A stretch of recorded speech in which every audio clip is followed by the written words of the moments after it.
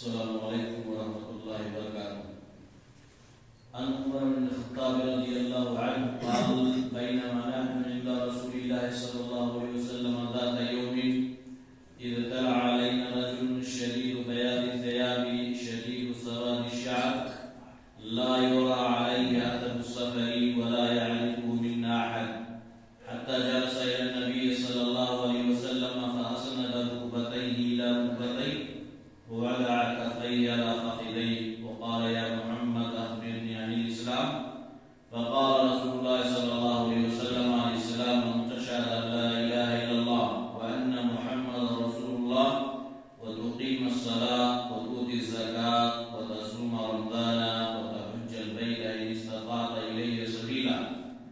قال صدقت. قال فعجبنا له يسأله ويصدقه. قال فأخبرني عن الإيمان. قال تؤمن بالله وملائكته وكتبه ورسله واليوم الآخر وتؤمن بالقدر خيره وشره. قال صدقت. قال فأخبرني عن الإحسان. قال أن تعبد الله كأنك تراه فإن لم تكن تراه فإنه يراك. قال فأخبرني عن الساعة. قال ما المسؤول عنها بعالم من السائل. قال فأخبرني عن مرادها.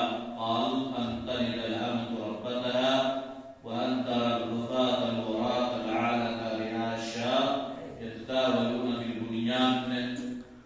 ثم انطلق فلبثت مليا ثم قال لي يا عمر أتدري من السائل؟ قلت الله ورسوله أعلم. قال فإنه جبريل وأتاكم يعلمكم دينكم. رواه مسلم. محترم و معزز سامعین کرام، گزشتہ دروس میں حدیث جبریل کے تعلق سے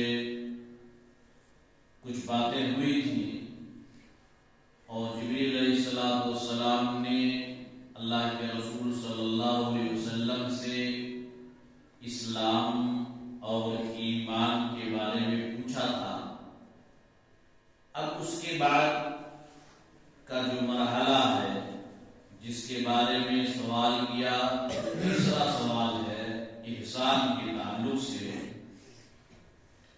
کہ احسان کیا ہے. جبریل علیہ السلام نے کہا فاخبرنی عن الاحسان، اے محمد صلی اللہ علیہ وسلم آپ ہمیں اس احسان کے بارے میں بتلائیں، احسان کیا ہے. قال آپ صلی اللہ علیہ وسلم نے فرمایا ان تعبد اللہ کأنک تراہ فإن لم تکن تراہ فإنہ یراک. احسان یہ ہے کہ تم اللہ تعالی کی عبادت ایسے کرو گویا کہ تم اللہ تعالی کو دیکھ رہے ہو. اور اگر یہ چیز پیدا نہ ہو دل میں فإن لم تکن تراہ فإنہ یراک، اگر یہ چیز نہیں ہے دل میں کہ میں اللہ کو دیکھ رہا ہوں تو ایسا شعور پیدا کرو اس طرح سے کہ گویا اللہ مجھے دیکھ رہا ہے. یہ عبادت ایک احسان ہے اور یہ احسان بہت ہی عظیم مرتبہ ہے. دین اسلام کے 3 مراتب ہیں. دین کے 3 مراتب. ایک مرتبہ ہے اسلام جس کا تعلق ظاہری اعمال سے، اور دوسرا ہے ایمان جس کا تعلق باطنی اعمال سے ہے، اور پھر سب سے اعلیٰ جو درجہ ہے وہ احسان کا ہے. احسان بہت ہی اعلیٰ مقام والی چیز ہے. یہ اعلیٰ درجہ ہے کہ انسان اللہ تعالی کی عبادت ایسے کرے کہ گویا کہ میں اللہ تعالی کو دیکھ رہا ہوں. اور اگر یہ چیز نہیں ہے تو اتنا شعور کرے، اتنا کہ اللہ مجھے دیکھ رہا ہے. اور جب انسان کے دل کے اندر یہ چیزیں ہوں گی تو انسان کی عبادتیں بہتر طریقے سے پائے تکمیل تک پہنچے گی. اور احسان کے معنی یہ ہے کہ شرعی جو چیزیں ہیں جو اسلام کا مطالبہ ہم سے، اس کو بحسن خوبی اور عمدگی کے ساتھ پیش کیا جائے، عمدگی کے ساتھ اس پر عمل. بہرحال یہ تیسرا سوال رہا جبریل علیہ السلام کا اللہ کے رسول صلی اللہ علیہ وسلم سے۔ اس سے پہلا دوسرا جو سوال اسلام اور ایمان، اس کے تعلق سے کچھ باتیں یہ کہ ایمان اور اسلام یہ دونوں جب اکٹھا اگر ذکر ہوں، جیسے یہاں اس حدیث میں یا کہیں بھی اگر دونوں کا ذکر ایک ساتھ ہے تو الگ الگ معنی ہوں گے۔ تو اسلام کا مطلب ہوگا ظاہری اعمال اور ایمان کا مطلب ہوگا باطنی اعمال۔ لیکن اگر دونوں میں سے کوئی ایک ذکر ہے، صرف کسی ایک کا بیان ہے اسلام کے بارے میں، ایمان کا ذکر نہیں ہے وہاں، تو دونوں چیزیں اس میں شامل ہو جائیں گی، اسلام اور ایمان دونوں۔ یا صرف ایمان کا ذکر ہے اسلام کا ذکر نہیں ہے تو بھی وہاں اسلام اور ایمان دونوں آئیں گے۔ تو اگر دونوں اکٹھا ہیں تو اسلام الگ ظاہری معنی میں ہوگا، ایمان باطنی، اور اگر دونوں میں سے ایک ہے تو دونوں معنی اس میں شامل ہوں گے۔ اب اس کے بعد پھر سوال کیا جبریل علیہ السلام نے، چوتھا سوال، فَأَخْبِرْنِي عَنِ السَّاعَةِ، اے محمد صلی اللہ علیہ وسلم آپ ہمیں قیامت کے بارے میں بتائیں کہ قیامت کب قائم ہوگی۔ اس وقت اللہ کے رسول صلی اللہ علیہ وسلم نے کہا، مَنْ مَسْئُولُ عَنْهَا بِأَعْلَمَ مِنَ السَّائِلِ، یعنی جس سے سوال کیا جا رہا ہے وہ بھی اتنا ہی جانتا ہے جو سوال کرنے والا ہے، یعنی سوال کرنے والے سے زیادہ مسئول یعنی جس سے پوچھا جا رہا ہے اس کو بھی علم نہیں ہے، یعنی قیامت کا علم ہمارے پاس بھی نہیں ہے کہ قیامت کب قائم ہوگی۔ یہاں چیز ایک اور ہے کہ اللہ کے رسول صلی اللہ علیہ وسلم عالم الغیب نہیں۔ اگر اللہ کے رسول صلی اللہ علیہ وسلم عالم الغیب ہوتے، غیب کی چیزیں جانتے، تو انہیں پتہ چلتا کہ قیامت کب قائم ہوگی۔ جیسا کہ مسلمانوں میں سے بہت بڑا طبقہ اپنے آپ کو اہل سنت اور جماعت میں شامل کرنے والا طبقہ یہ دعویٰ کرتا ہے اور عقیدہ رکھتا ہے کہ اللہ کے رسول صلی اللہ علیہ وسلم عالم الغیب ہیں، غیب کی چیزیں جانتے ہیں، جبکہ ان کا یہ عقیدہ رکھنا قرآن کریم اور حدیث رسول صلی اللہ علیہ وسلم کے خلاف ہے۔ یہ چیز واضح ہے اس حدیث سے کہ من مسئول عنہا بعالم من السائل، کہ اللہ کے رسول صلی اللہ علیہ وسلم بھی اتنا ہی جانتے ہیں، میں بھی اتنا جانتا ہوں جتنا آپ جانتے ہیں، یعنی قیامت کا علم کب قائم ہوگی قیامت اللہ کے علاوہ اور کوئی نہیں جانتا ہے، جیسا کہ قرآن کریم میں ہے کہ 5 ایسی چیزیں ہیں جن کا علم صرف اللہ تبارک و تعالیٰ ہی کو ہے۔ اور اس کے بعد پھر جبریل علیہ السلام نے کہا کہ جو قیامت کے بارے میں نہیں جانتے ہیں کہ کب قائم ہوگی تو بتائیں، فَأَخْبِرْنِي عَنْ عَلَامَاتِهَا، آپ ہمیں قیامت کی نشانیوں میں سے کچھ نشانیاں بتائیں گے۔ قیامت قائم ہوگی اس کے بارے میں علم نہیں ہے تو کچھ نشانیاں بتائیں کہ قیامت کے نشانیاں کیا ہیں، کہ یہ نشانی واضح ہوگی اور یہ نشانی ظاہر ہو جائے تب قیامت سمجھو قریب ہے، قیامت واقع ہونے والی ہے۔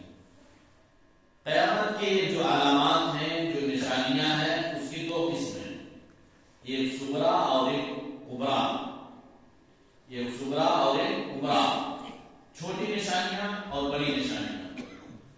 جو بڑی نشانیاں ہیں وہ ابھی یعنی واقع نہیں ہوئی، جیسے دجال کا نکلنا، یاجوج ماجوج کا، دابہ کا، اور اس کے بعد سورج کا مغرب سے طلوع ہونا، یہ بڑی بڑی نشانیاں ہیں۔ عیسیٰ علیہ السلام کا نزول دنیا پر، اور یہ نشانیاں ابھی نہیں۔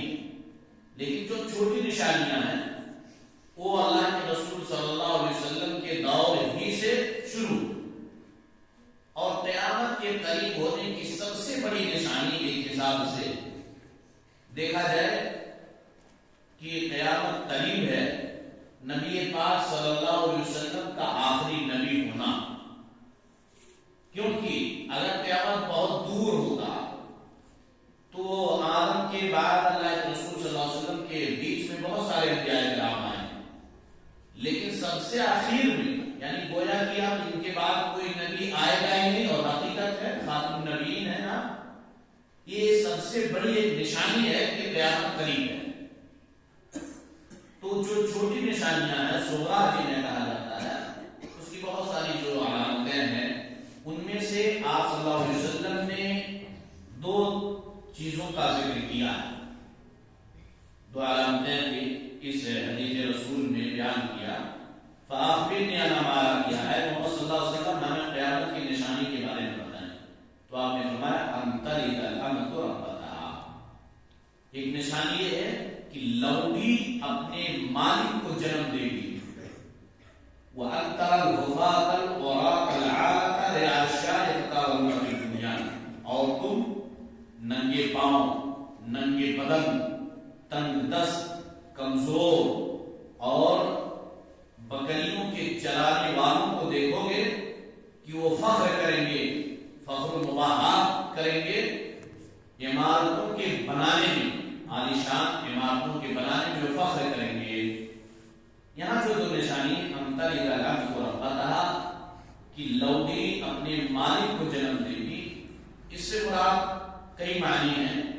ایک معنی یہ ہے کہ کثرت سے فتوحات ہوں گے، کثرت سے یعنی جنگ، اسلام کے اندر جو جنگ ہے اس کے اندر جو مال غنیمت، اس میں سے مال غنیمت میں سے یہ ہے کہ جو عورتیں پکڑی جائیں گی ان کو قیدی بنایا جائے گا، لوڈی ہوں گے، اگر اسلامی طریقے سے جنگ ہے تب، اسلامی طریقے سے وہ لڑائی ہے تب، تو ایسی صورت میں ہوگا کہ وہ لوڈی وہ عورت کسی کے پاس پہنچے گی، حصے میں آئے گی، اس سے بچہ پیدا ہوگا، اور بچہ پیدا ہونے والا وہ گویا کہ اس کا مالک ہوگا، وہ لوڈی ہی رہے گی لیکن بچہ جو پیدا ہونے والا ہوگا وہ مالک ہو جائے گا۔ تو یہ مراد لوگ نے لیا ہے، اور اسی طرح سے مراد یہ لیا ہے لوگوں نے کہ حقوق الوالدین، والدین کی نافرمانی کثرت سے ہوگی، بچے اولاد، بچے یا بچیاں اپنے ماں باپ کو غلام جیسے حیثیت سے، یعنی غلام جیسے نظر سے اس کو دیکھیں گے، اور آج اگر دیکھا جائے تو اسی طرح کا ماحول موجود ہے، اولاد اپنے والدین کو اس طرح سے حق والدین کا نہیں ادا کر رہی اولاد، جس طرح سے شریعت اسلامیہ کے اندر یعنی حقوق ہیں۔ آج بعض گھروں کے اندر یہ چیز موجود ہے کہ اولاد کو مالک بنا بیٹھا ہے اپنے والدین کے اوپر، یہ اور اس چیز کو بہت سارے علماء کرام نے راجح قرار دیا ہے کہ یہی راجح مسئلہ ہے کہ امتل کرام کو ربطہ کا مطلب یہ ہے۔ دوسری علامت وہ بھی ہمارے سامنے موجود ہے کہ تنگ دست لوگ، بے بکریوں کے چرانے والے یا ننگے پاؤں جو لوگ زندگی گزار رہے تھے، آج بلڈنگیں بنانے میں، عمارتوں کے بنانے میں فخر محسوس کر رہے ہیں، اور یہ چیزیں واضح ہیں، اور یہ چیزیں ہو چکی ہیں اور ہو رہی ہیں۔ تو یہ قیامت کی نشانیوں میں سے ایک نشانی یہ بھی اللہ کے رسول صلی اللہ علیہ وسلم نے بیان کیا۔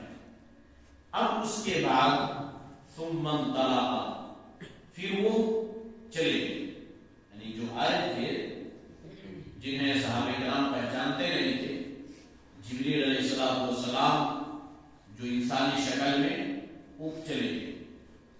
چلے جانے کے بعد فلبثت ملیا، تھوڑی دیر ٹھہرے ہم لوگ، ثم قال لی، پھر مجھ سے کہا اللہ کے رسول صلی اللہ علیہ وسلم نے، یا عمر، اے عمر، اتدری من السائل، کیا تم جانتے ہو کہ وہ سوال کرنے والا کون تھا؟